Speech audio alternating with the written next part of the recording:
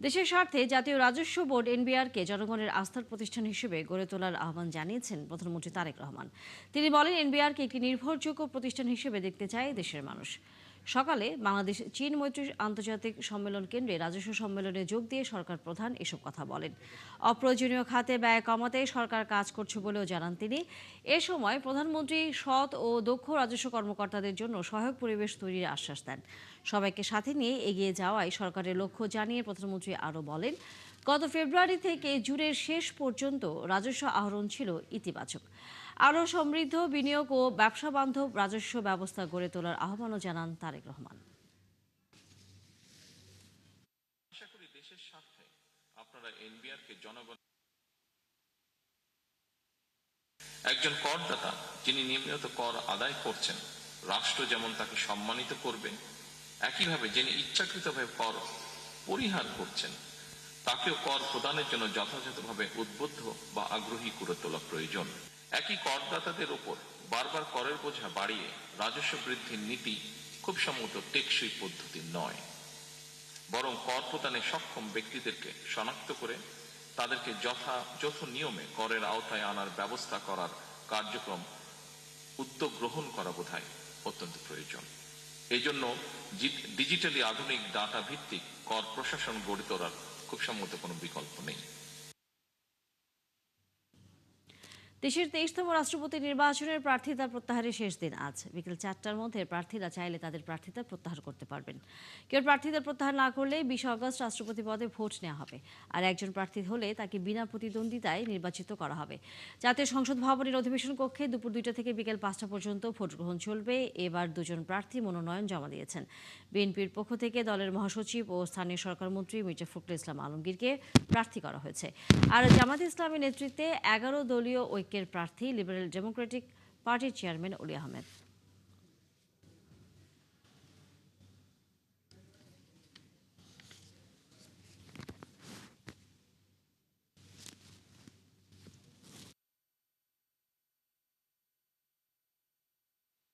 সড়কে কোনোভাবেই three wheeler চলতে দেওয়া হবে না বলে হুঁশিয়ারি দিয়েছেন স্বরাষ্ট্রমন্ত্রী সালাউদ্দিন আহমেদ। নারায়ণগঞ্জের সোনারগাঁয়ে ট্রাফিক ব্যবস্থাপনায় অটো ফাইন সিস্টেমের উদ্বোধনে একথা বলেন তিনি। এ সময় মন্ত্রী আরও বলেন, ঢাকা চট্টগ্রাম মহাসড়কের পাশাপাশি পর্যায়ক্রমে সব মহাসড়কে এআই প্রযুক্তি নির্ভর অটো ফাইন সিস্টেম চালু হবে। এতে সড়কে শৃঙ্খলা ফিরবে বলেও মনে করেন তিনি। যেসব যানবাহনের লাইসেন্স নেই তাদের বিরুদ্ধে পুলিশ কঠোর ব্যবস্থা নেবে বলেও জানান স্বরাষ্ট্রমন্ত্রী।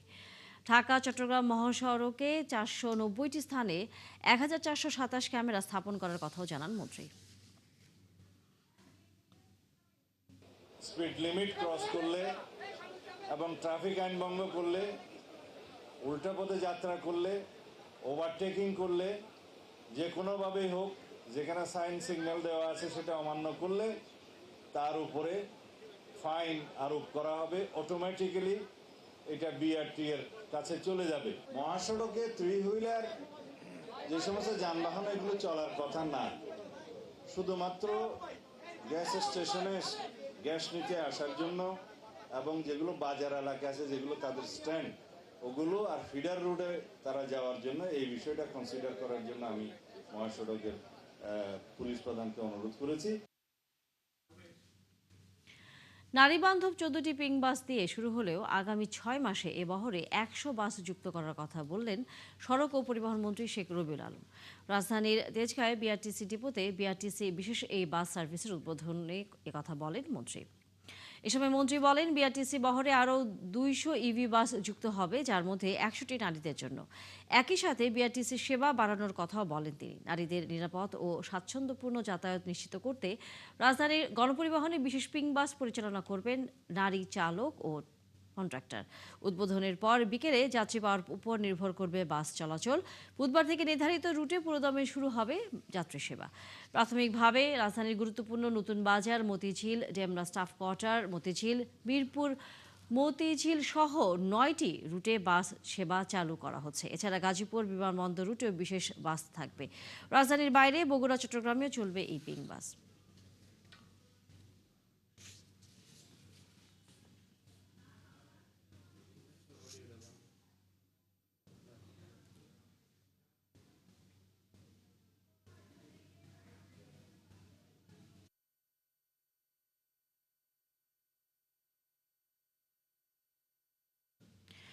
বিএনপি নির্বাচনী ইশতেহার বাস্তবায়নের প্রধানমন্ত্রী তারেক রহমানের হাত শক্তিশালী করতে কাজ করবেন দলের স্থায়ী কমিটির নতুন সদস্যরা। সকালে শহীদ রাষ্ট্রপতি ও দলের প্রতিষ্ঠাতা জিয়াউর রহমান এবং সাবেক প্রধানমন্ত্রী বেগম খালেদা জিয়ার সমাধিতে শ্রদ্ধা জানিয়ে এমন অঙ্গীকার করেন তারা। বিএনপির স্থায়ী কমিটির সদস্য রুহুল কবির রিজভী বলেন, দলের আদর্শ ধারণ করে দেশ গড়বে বর্তমান সরকার। স্থায়ী কমিটির আরেক সদস্য আমানুল্লাহ আমান বলেন, বিএনপির চেয়ারম্যান তারেক রহমান ও জনগণের চেষ্টায় ভোটাধিকার ফিরেছে, ফ্যাসিবাদ মুক্ত হয়েছে দেশ। জিয়াউর রহমান 3 বছরে যা কাজ করেছেন, তার ছেলে তারেক রহমান তার চেয়ে আরও বেশি দ্রুত গতিতে এগিয়ে যাচ্ছেন বলেও জানান স্থায়ী কমিটির নতুন সদস্যরা।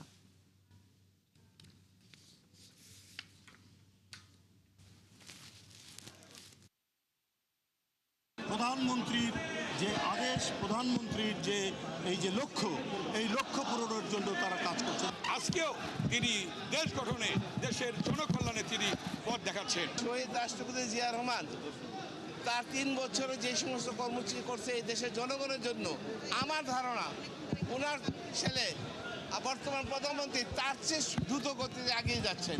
সর্বোচ্চ নীতি নির্ধারণী ফোরামে আমাকে মনোনীত করায় আমি আমার দলের সর্বস্তরের নেতাকর্মী শুভানুধ্যায়ী প্রত্যেককে ধন্যবাদ জানাচ্ছি।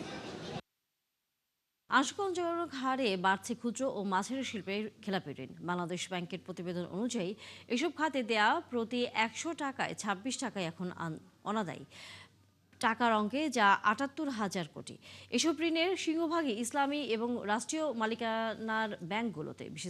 বিশ্লেষকরা বলছেন, সামষ্টিক অর্থনীতির ভঙ্গুর অবস্থা আর আর্থিক খাতের দীর্ঘদিনের অব্যবস্থাপনা এমন সংকট ডেকে এনেছে, যা নতুন উদ্যোক্তাদের অর্থ প্রাপ্তির পথ আরও সংকুচিত করবে। রাকিব হোসেনের রিপোর্ট।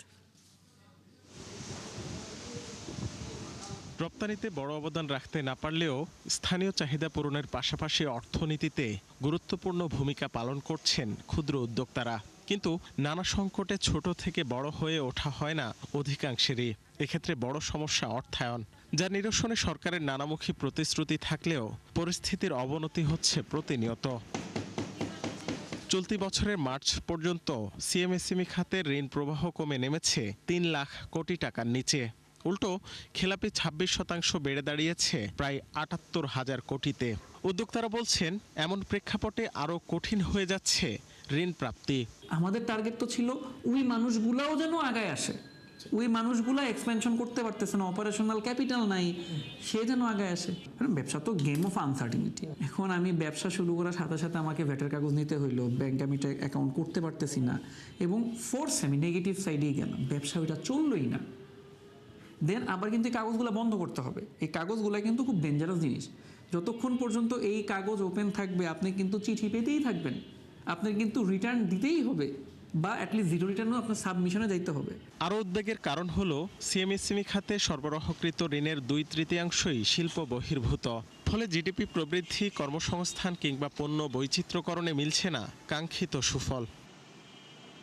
বিশ্লেষকরা বলছেন, একদিকে মূল্যস্ফীতির চাপ, অন্যদিকে আর্থিক খাতের অব্যবস্থাপনায় সংকট ঘনীভূত হয়েছে এই খাতে, যা থেকে উত্তরণে উদ্যোগী হতে হবে সরকারকে। হয়তো অনেকে বন্ধ হয়ে গেছেন এবং লোন ফেরত দিতে পারছে না, যারা চলদের অনেকে ডিফল্ট করে গেছে, লোন সার্ভিস করতে পারছে না। এটা আমাদের মূলত বর্তমান অর্থনৈতিক সংকটের যে ব্যাপ্তিটা লার্জ থেকে শুরু করে মিডিয়াম, স্মল হয়ে এখন ইনফর্মাল কটেজ এন্ড মাইক্রোতেও আঘাত করছে, সেটাই উঠে আসছে। আমরা এমনও দেখেছি ওই সমস্ত ক্ষুদ্র ব্যবসায়ীরা যাদের একটু টাকার টার্নওভার বেশি, তারা বাড়ি করে, তারা বোন নামে সম্পত্তি করে, শ্বশুর বাড়ির নামে সম্পত্তি করে, তারা এমনকি কিছু কিছু আমরা দেখেছি পাশের দেশে যায় সম্পত্তি কিনছে, যারা সংখ্যালঘু সম্প্রদায়। টোটাল এসএমই অর্থায়ন কাঠামোকে আবার একটু পুনর্মূল্যায়ন করা উচিত। 2025 সালে প্রায় 80% খেলাপি ঋণ উদ্ধার হয়। চলতি বছরের প্রথম 3 মাসে এই হার 50%-এর ঘরে। রাকিব হোসেন, 71, ঢাকা। পোল্যান্ড-ভিত্তিক ক্রেতা প্রতিষ্ঠান এলপিপিকে নিয়ে এবার মুখোমুখি তৈরি পোশাক খাতের 2 সংগঠন। বিজিএমএর সাথে এলপিপির যৌথ বিবৃতিকে ব্যবসায়ীদের স্বার্থবিরোধী সমঝোতা বলে মনে করে বিকেএমএ। ফলে রপ্তানির বিপরীতে আটকে পড়া টাকা পাওয়া নিয়ে অনিশ্চয়তা দেখা দিয়েছে। বাংলাদেশ ব্যাংক বলছে, টাকা উদ্ধারে অতীতের অভিজ্ঞতার আলোকে প্রয়োজনীয় পদক্ষেপ নেওয়া হবে। জাহিদুল ইসলামের প্রতিবেদন। রাশিয়ান ব্র্যান্ড ফিস রিটেলের কাছে পণ্য পাঠানোর পর মূল্য পরিশোধ না করায় এলপিপির সাথে বিরোধ দেখা দেয় কয়েকজন পোশাক রপ্তানিকারকের। দীর্ঘ দেন দরবার এবং আলোচনায় বিষয়টি সুরাহা না হওয়ায় এলপিপির বিরুদ্ধে মামলা করেন রপ্তানিকারকরা। অনেকবার এলপিপিকে নক করেছে, এলপিপিকে সিসিতে এনেছি, তারাও সেটার কোনো ফিডব্যাক আমাদেরকে দিচ্ছে না। এবং এলপিপি আমাদেরকে একটা মেইলে বলছে যে উই আর নট লাইবল, কিন্তু তাদের মেইল আছে, তাদের গ্যারান্টি আছে এবং তারাই আমাদেরকে সমস্ত কন্ট্রাক্টগুলি পাঠিয়েছে।